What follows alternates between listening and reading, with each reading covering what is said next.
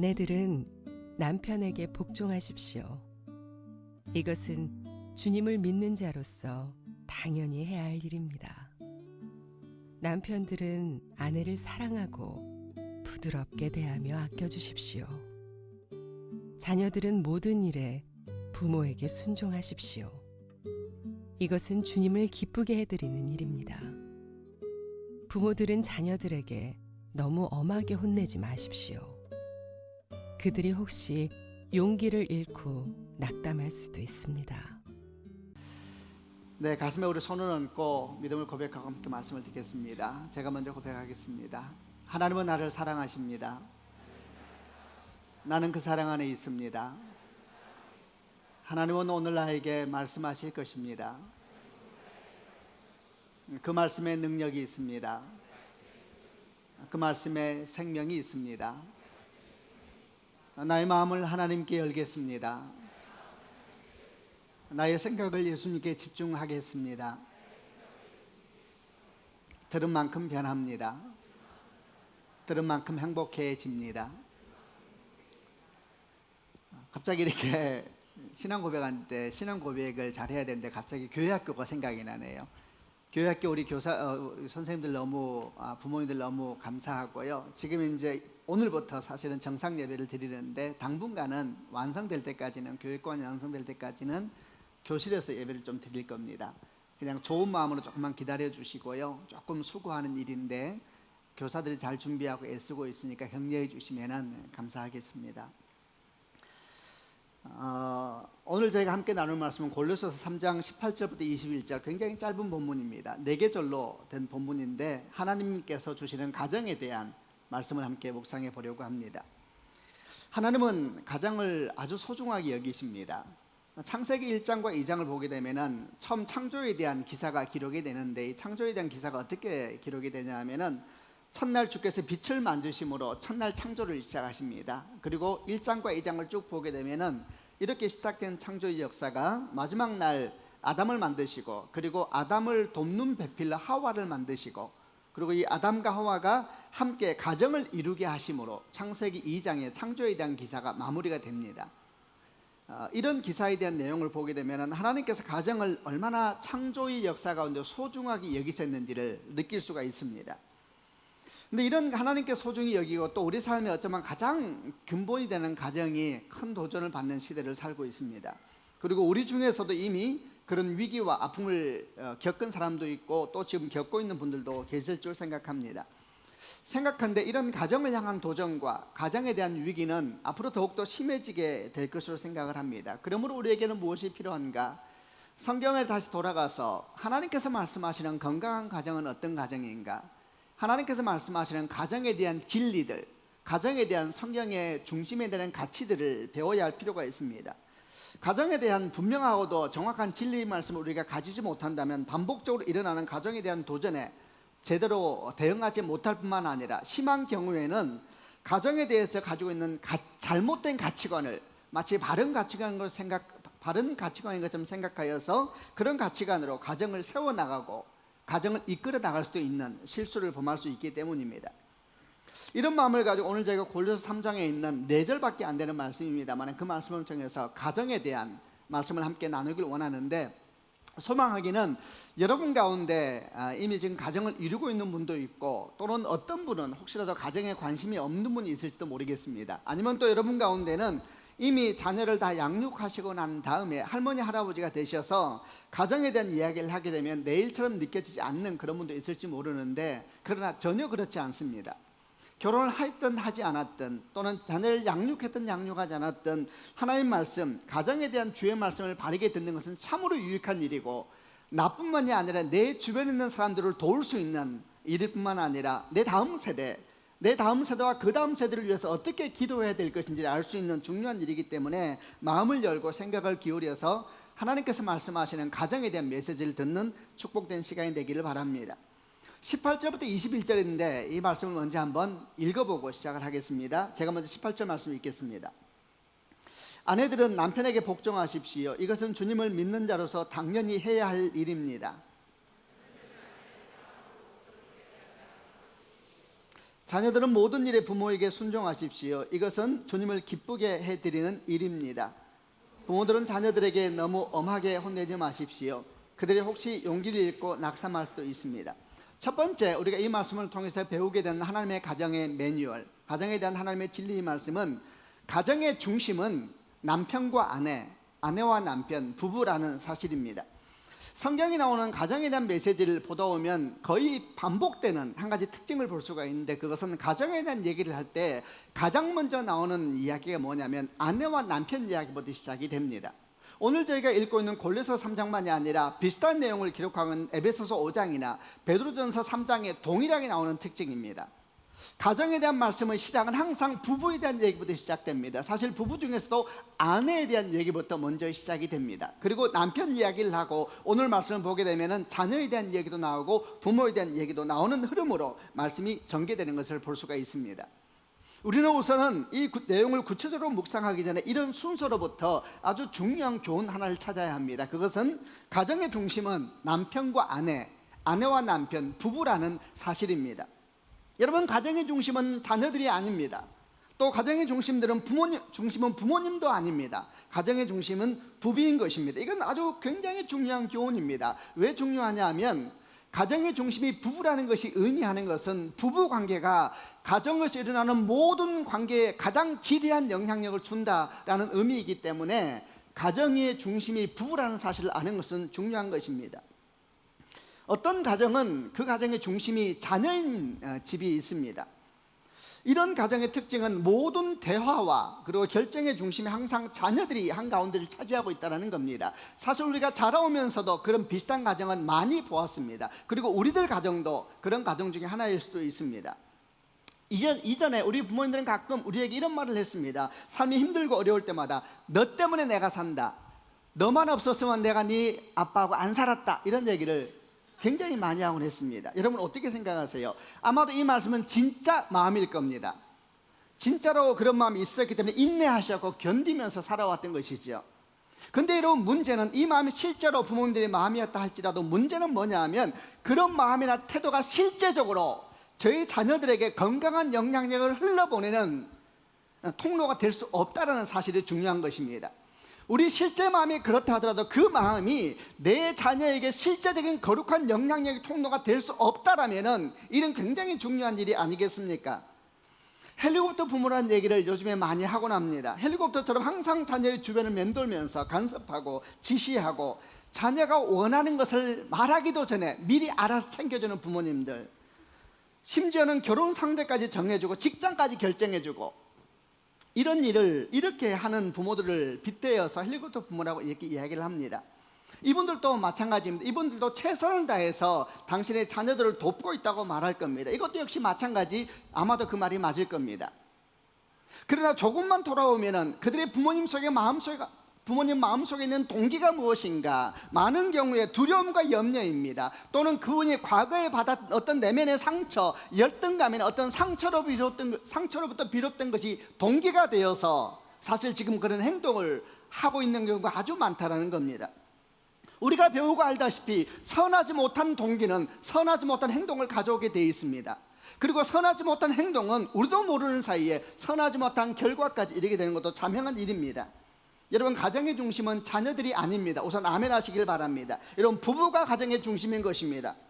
그러므로 자녀를 향한 부모의 최고의 선물은 무엇인가? 그것은 숙제를 대신해 주는 것이 아니고 좋은 결혼 상대 골라주는 것도 아니고 또는 좋은 대학 갈 수 있도록 최고의 서포트를 해주는 것이 아니라 자녀를 향한 부모의 최고의 선물은 자녀들에게 건강한 부모됨이 무엇인지를 보여주는 것입니다.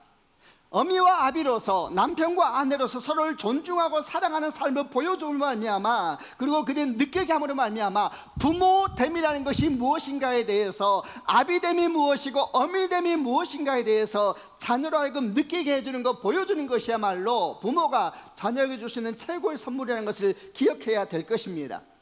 그러므로 말미암아 바로 거기에서 우리 자녀들은 권위가 무엇인지, 건강한 권위는 무엇이며 건강한 사랑은 무엇이며 건강한 공동체는 무엇이며 건강한 대화는 무엇이며, 우리 자녀들은 우리 부모의 뒷모습을 보면서 이런 모든 것을 배우게 되는 것입니다.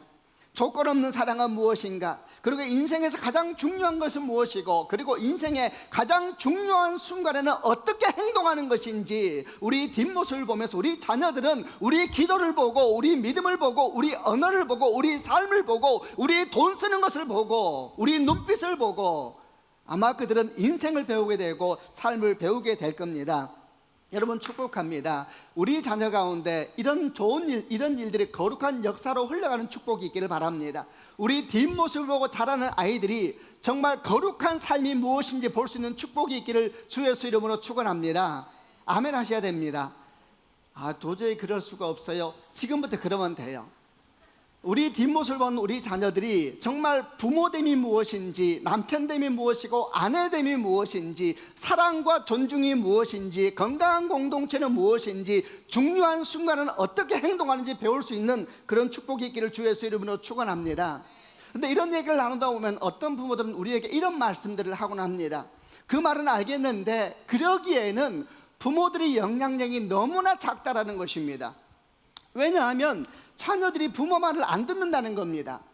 자녀들의 행동에 가장 큰 영향력을 미치는 것은 부모가 아니라 친구들이거나 또는 세상 매스컴이지, 우리가 말할 때는 도대체 듣지 않고 있는 아이들이 친구들이 말하면 기가 막히게 반응하고 하는 걸 보면서 부모들이 마음이 낙심된다고 말하는 겁니다.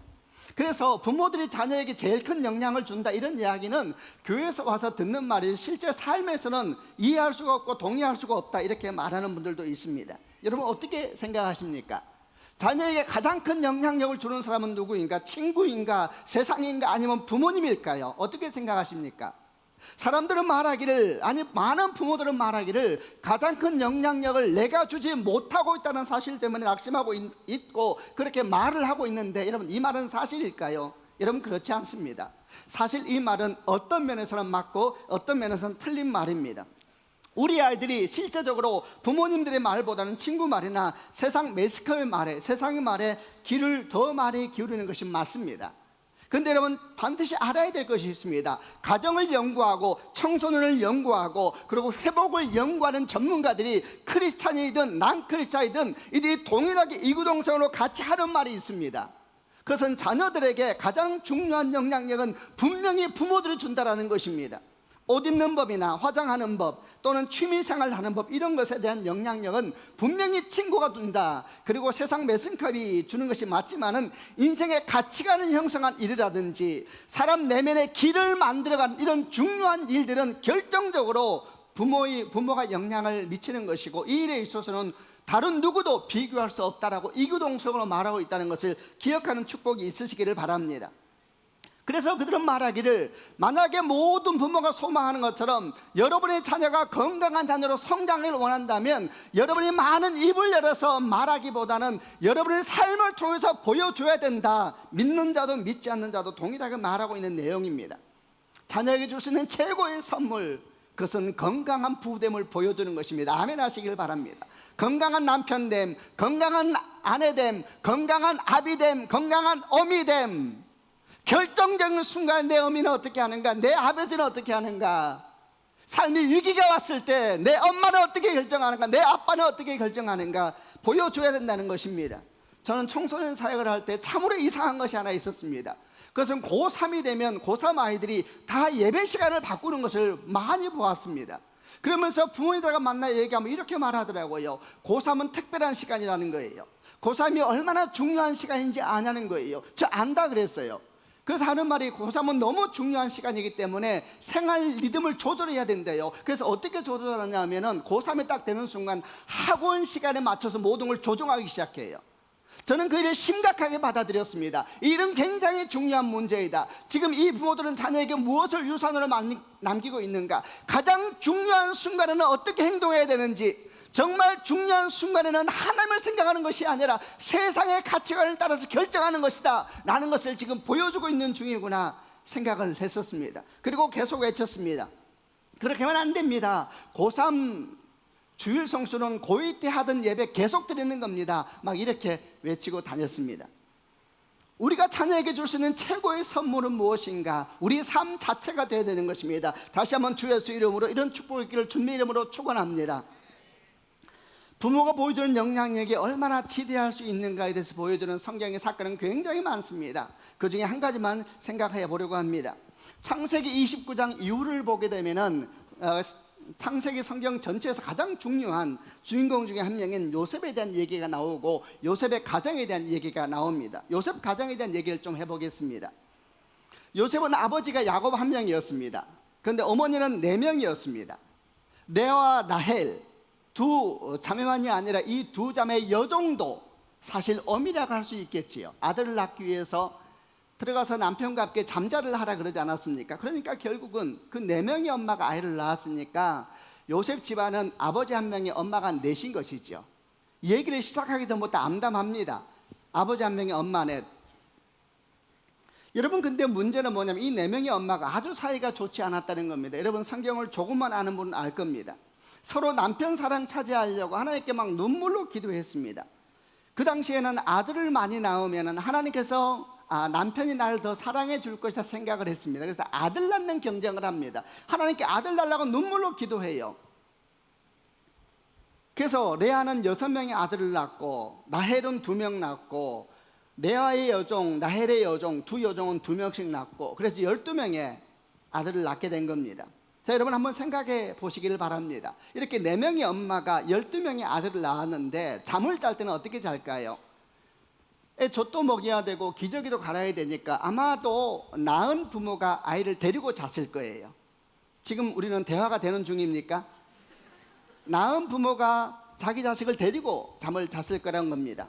여러분 한 가지 물어보고 생각해 보시길 바랍니다. 4명의 엄마가 자식들을, 자기가 낳은 자식들을 데리고 자면서 잘 때 뭔 얘기 했을까요? 우리 집안도 힘든데 왜 남 집안 얘기까지? 자면서 무슨 얘기를 했을까? 우선 이 엄마들은 지금 가정에 대한 상처가 아주 많은 사람입니다. 남편에 대한 상처, 특별히 다른 엄마들에 대한 상처, 깨어진 가정이거든요.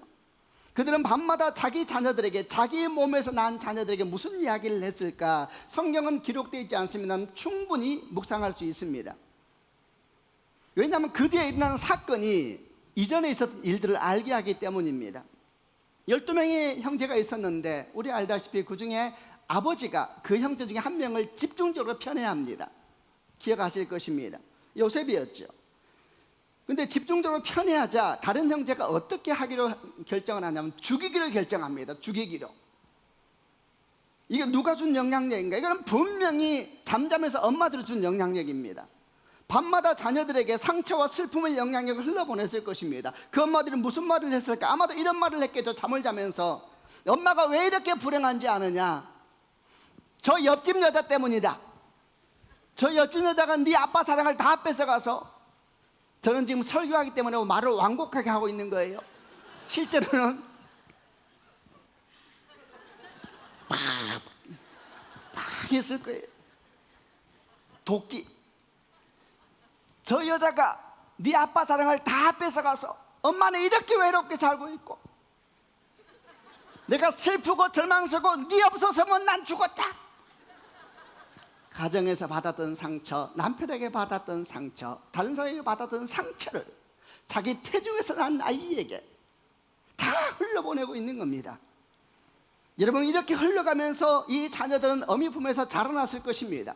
그리고 성장해 갔습니다. 그런데 어느 날 그 12명의 형제 중에 한 형제가 아버지의 사랑을 차지하고 있는 걸 본 겁니다. 그들이 어릴 때부터 들었던 말이 있잖아요. 저 옆집 엄마가 네 아빠 사랑을 차지해서 내가 이렇게 불행해. 밤마다 들었던 이야기. 근데 한 형제가 아빠 사랑을 차지하잖아요. 어떻게 해야 돼? 죽여야죠. 그래야지 자기가 행복할 수 있는 겁니다. 어릴 때부터 밤마다 들었던 이야기가 있거든요. 그래서 죽이기로 결정한 것입니다. 여러분, 이것이 부모의 영향력인 것입니다. 가장 중요한 영향력은 세상이 주는 것이 아니요, 친구들이 주는 것이 아니라 부모들이 준다는 걸 기억하는 축복이 있으시기를 바랍니다. 가정의 중심은 남편과 아내요, 부부가 되어야 되는 것입니다. 그리고 자녀를 향한 최고의 선물은 그 부부가 하나님 말씀대로 바르게 서는 것이고 진리대로 살아가는 것이고, 우리 모두가 알다시피 여러분, 내 자녀를 위해서 내가 바르게 살아야 되겠다라는 도전처럼 강한 도전이 어디 있습니까? 여러분이 바르게 사셔야 합니다. 왜냐하면 여러분의 뒷모습을 여러분의 자녀가 보고 있고 똑같이 할 겁니다. 무엇을 흘러보내겠습니까? 무슨 말을 하겠습니까? 저주의 말, 절망의 말을 흘러보내면 안 되는 것입니다. 가정에서 부부가 서로 존경하고 서로 사랑하는 삶을 살아야 됩니다. 이것은 그런 척 하라는 말이 아닙니다. 가정은 그런 척 할 수가 없는 공동체입니다. 유일하게 공동체 가운데 그런 척 할 수가 없는 공동체, 그것이 바로 가정입니다. 교회에서 그런 척 할 수 있습니다. 직장에서 그런 척 할 수 있습니다. 학교에서 그런 척 할 수 있습니다. 그러나 가정에서만 유일하게 그런 척 할 수가 없는 공동체, 실제로 그래야만 되는 공동체, 여러분, 이런 공동체가 가정인 것이고, 그 가운데 부부가 중심이 돼야 되니, 여러분, 남편과 아내가 얼마나 기도해야 되겠습니까? 얼마나 거룩한 꿈을 가져야 되겠습니까? 여러분, 소망합니다. 우리 모두의 꿈이 정말 자녀들 앞에서 거룩한 영향력을 흘려보내는 부부가 되겠다, 남편과 아내가 되겠다 생각하는 축복이 있기를 바랍니다. 근데 이런 묵상을 나눈다 보면 마음 한 구석 속에, 저 마음 한 구석 속에 약간의 불편함이 있었습니다. 그것은 이미 이런 모양 저런 모양으로 상처가 있는 가정은 어찌할 것인가? 여러분, 그럼 그런 가정은 이미 큰 상처가 있고 깨어졌으니 자녀에게 줄 수 있는 부부됨의 최고의 선물은 줄 수 없는 것인가?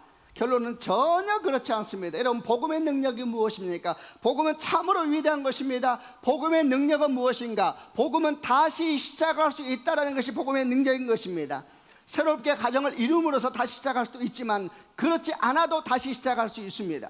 어떻게 하면 우리는 이미 가정의 상처를 받았음에도 불구하고 내 다음 세대에 건강한 영향력을 흘러보낼 수 있는가?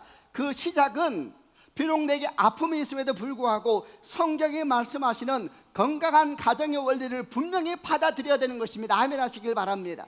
모든 시작은 진리 가운데 바르게 설 때 시작되는 것입니다. 내게 상처가 있고 내게 아픔이 있다 할지라도 그럼에도 불구하고 성경이 말씀하는 가정에 대한 원리는 진리이다 라고 받아들일 때 새로운 출발은 시작되는 것입니다. 아멘이죠. 그리고 자녀들과 함께 건강한 가정에 대한 꿈을 나눌 수 있는 것입니다.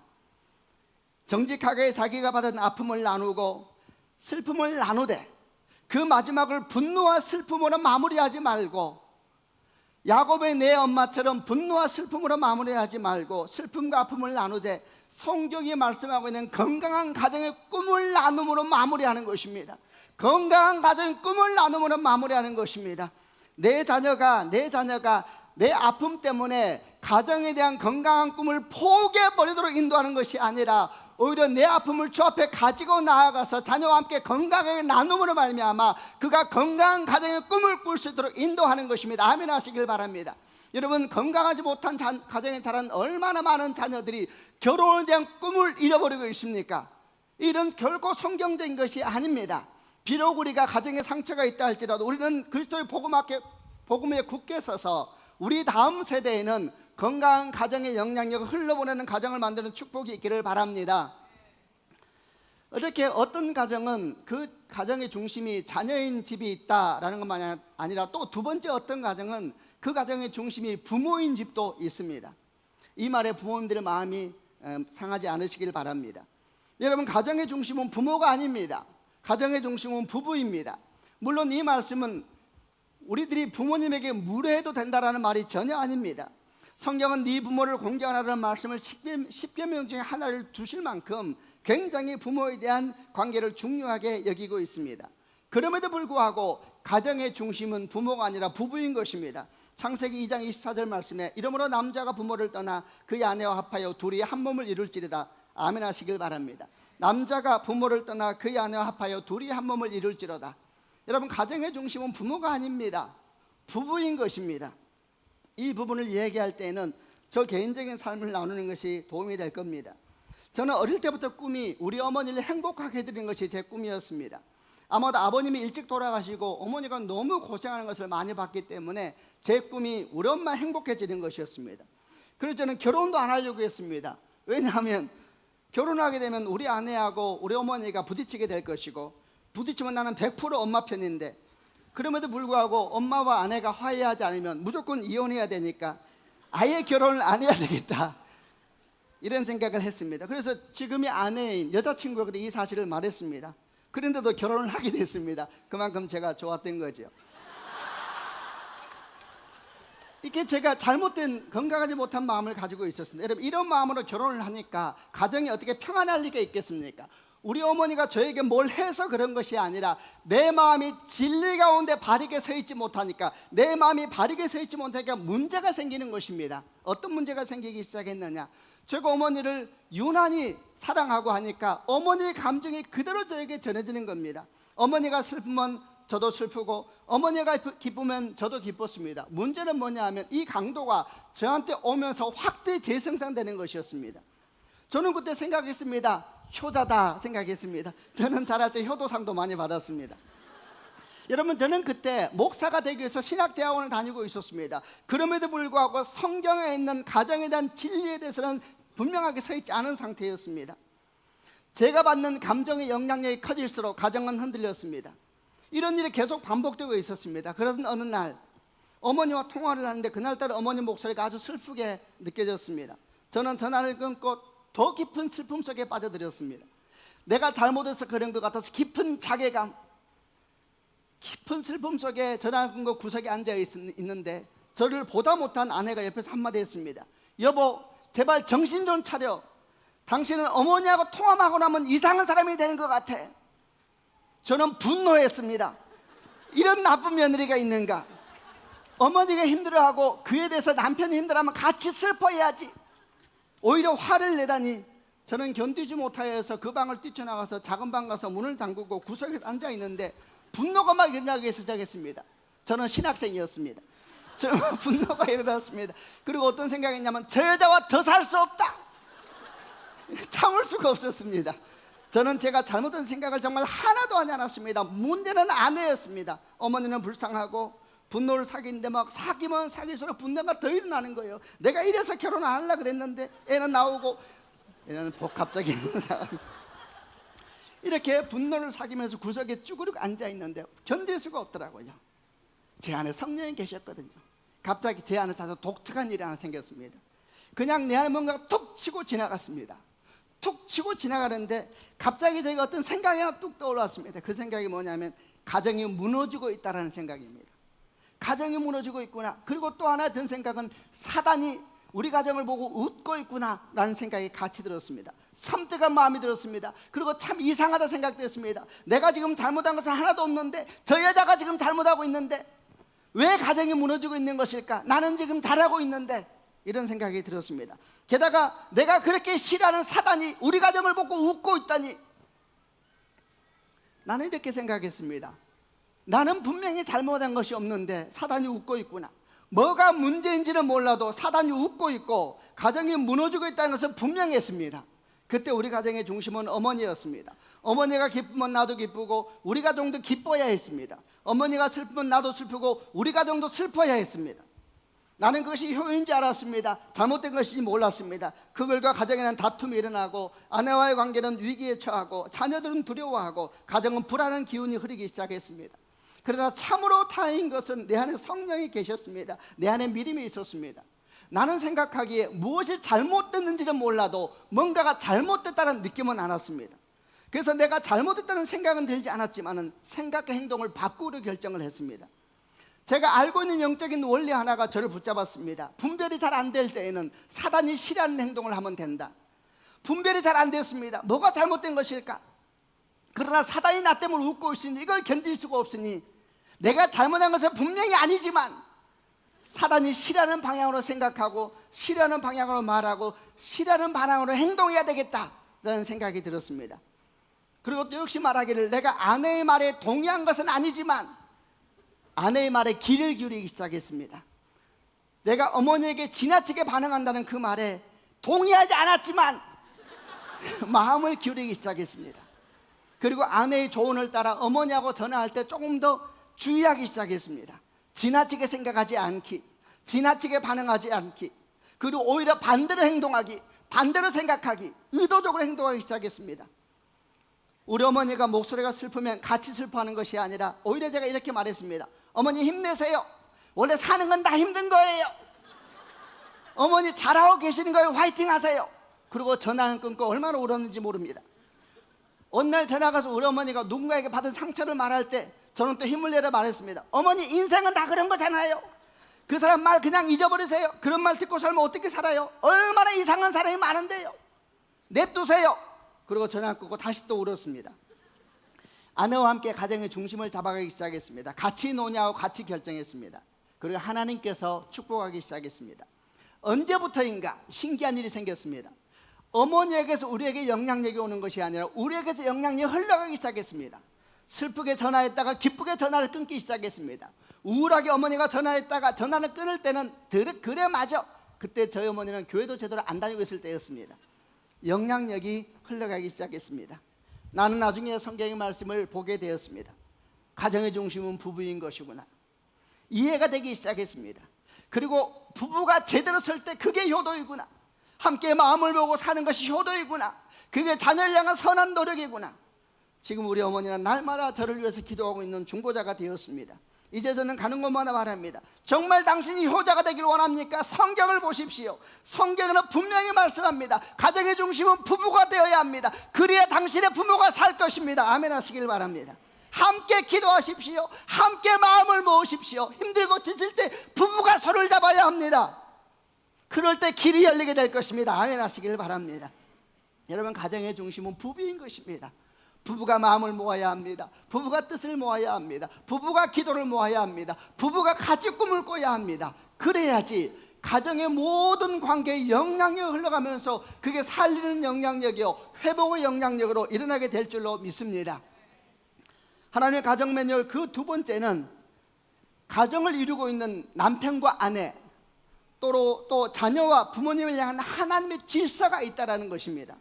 18절부터 21절을 한 번 더 읽어보면서 이제 두 번째 묵상을 나눠보겠습니다. 제가 먼저 18절 읽겠습니다. 아내들은 남편에게 복종하십시오. 이것은 주님을 믿는 자로서 당연히 해야 할 일입니다. 자녀들은 모든 일에 부모에게 순종하십시오. 이것은 주님을 기쁘게 해드리는 일입니다.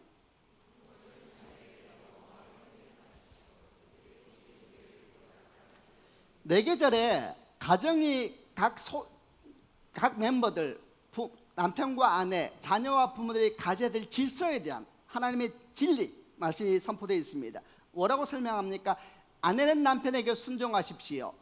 남편은 아내를 사랑하십시오. 이렇게 말씀하고 있고, 자녀들은 부모에게 순종하십시오. 그리고 부모들은 자녀들을 노엽게 하지 마십시오. 이렇게 설명을 하고 있습니다. 이것이 가정에 주신 하나님의 질서입니다. 오늘 묵상은 이 가운데서 부부관계에 좀 더 초점을 맞춰보려고 합니다. 워낙 내용이 많을 수가 있어서 기회가 되면 다음에 자녀에 대한 얘기를 한 번 더 할 수 있도록 하겠습니다. 오늘 묵상은 아내와 남편의 관계에 초점을 맞춰보려고 하고, 아마 생각하기는 이 관계가 성경적으로 바르게 되게 되면 자녀 관계에도 선한 영향력이 흘러가게 될 줄로 믿습니다. 하나님께서 남편과 아내에게 주신 하나님의 질서는 무엇인가? 그 질서는 순종과 사랑, 또 다른 번역은 복종이라는 표현을 하기도 있습니다. 복종과 사랑이라는 질서를 주셨습니다. 근데 이 질서에 대해서 아주 불편하게 여기는 분들이 있습니다. 몇 가지 이유가 있죠. 첫 번째, 왜 아내에게는 순종 내지 복종이라고 말을 하시고 남편에게는 사랑하라고 말하냐? 공평하지 않다. 이렇게 말씀하는 분들이 있습니다. 아마도 이분들은 생각하기를 순종이나 복종이라는 언어 속에서 굉장히 굴욕적이고 차별적인 느낌을 갖는 것 같습니다.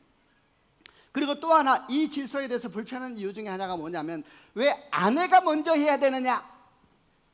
이렇게 순서를 정해놓으니까 아내가 먼저 남편에게 고개를 숙여야지 되는 것처럼 보이지 않느냐? 그러니까 이런 말씀을 좀 아는 남편들이, 당신이 먼저 내게 순종하면 내가 왜 당신을 안 챙기겠어? 이렇게 쓸데없는 말을 하지 않느냐?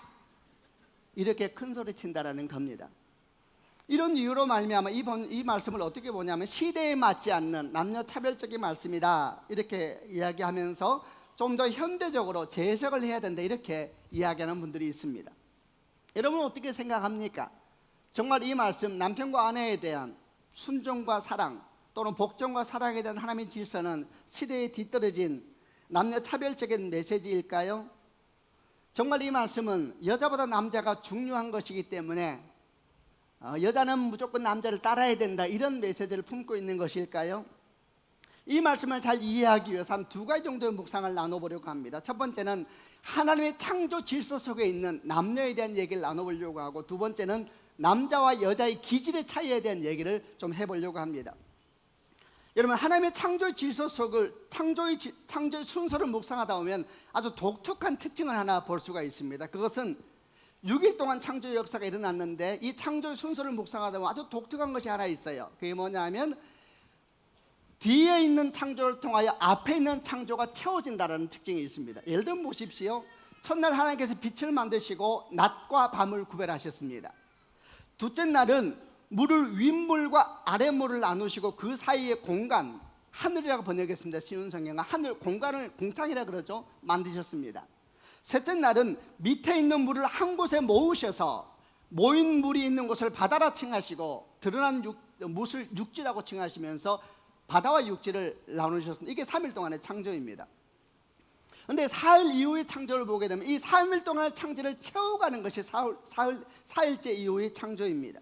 넷째 날 뭘 만드시냐? 해와 달을 만드셔서 해가 낮을 다스리게 하시고 달이 밤을 다스리게 하십니다. 보십시오. 첫날 낮과 밤을 나누셨잖아요. 그리고 넷째 날 이 낮과 밤에 채워지는 해와 달을 만드십니다.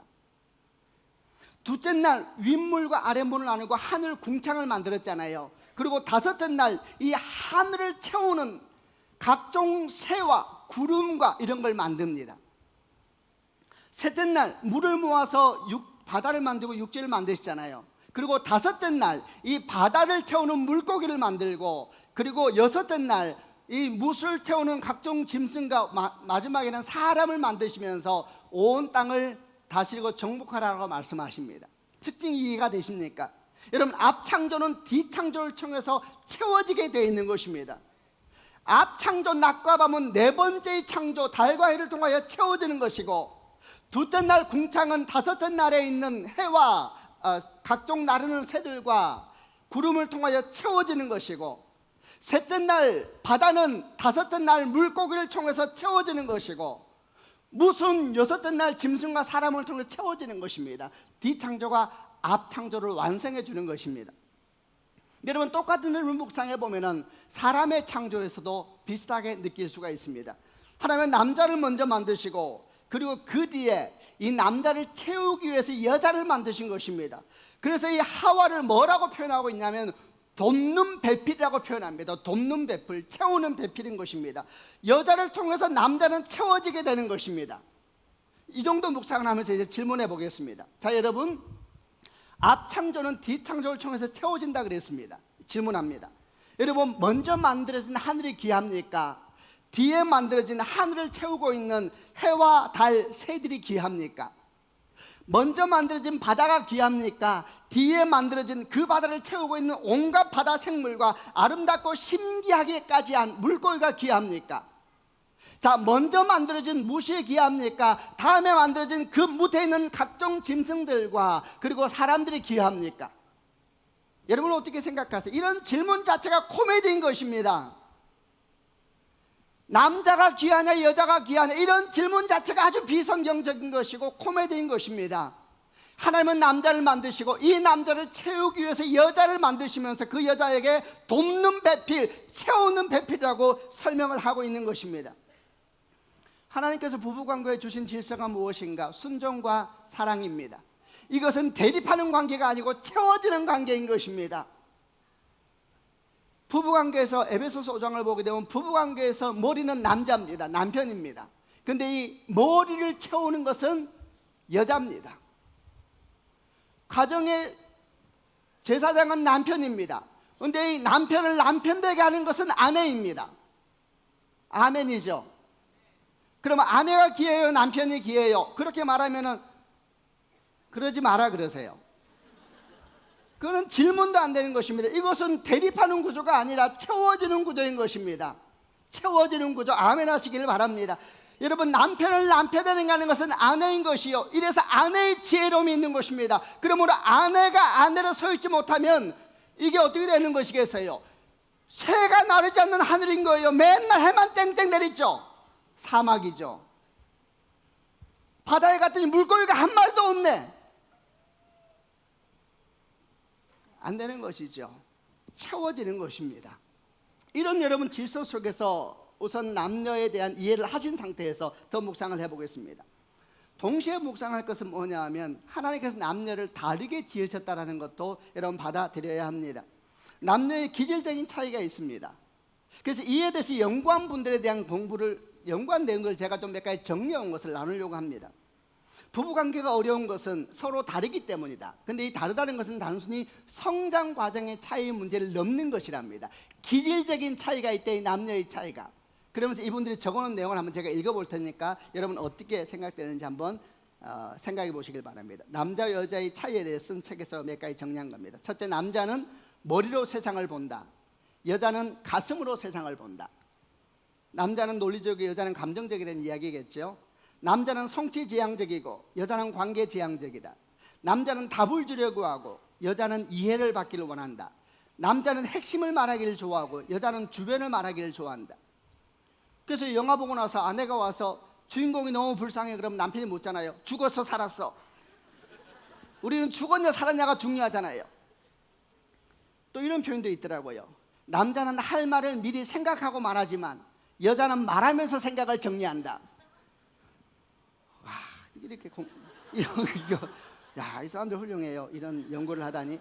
그 다음에 이런 말 나와요. 남자는 문제가 생기면 말이 없어진다. 여자는 문제가 생기면 말이 많아진다. 그래서 이런 표현을 하더라고요.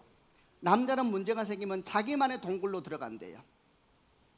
어떻게 하면 이걸 풀 것인가? 어떻게 하면 이 위기를 지나갈 것인가? 팍 다물고 답을 찾는 거예요. 아내는 문제가 생기면 말이 많아진대요. 이런 차이를 묵상하면서 오늘 본문과 연결해서 저는 이런 생각을 해보았습니다. 이런 남녀의 차이를 한마디로 한 문장으로 정리하자면 어떻게 할 수 있을까? 남편은 인정받을 때 가장 행복하고 아내는 사랑받을 때 가장 행복하다. 이렇게 저는 정리를 해보았습니다. 여러분, 정말 남자는 인정받기 위해서 사는 것 같지 않습니까? 그래서 자기를 인정해주는 사람을 만나면 충성을 다합니다. 돌쇠 기질이 있는 거죠. 근데 알아야 될 것이 있습니다. 근데 모든 남편은 인정받기 원하지만 가장 인정받고 싶은 사람이 누구인가? 아내입니다. 아내에게 인정받고 싶습니다.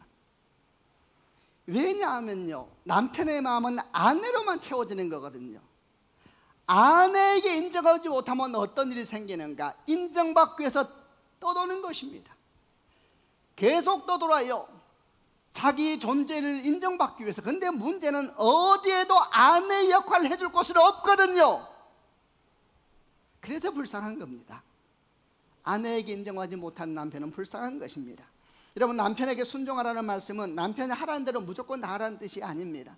남편의 권위를 진심으로 존중해주고 남편의 수고를 진심으로 인정해주고 그럴 때 그 남편은 삶의 기쁨을 느끼는 것이 하나님께서 만드신 모습이거든요. 그랬잖아요. 남편은 아내를 채워진다고. 그래야 남편은 살 수가 있거든요.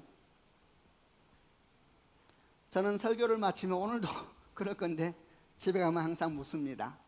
오늘 설교 어땠어? 여러분, 저는 바보가 아닙니다. 제가 밥을 했는지 죽을 했는지 모르겠어요.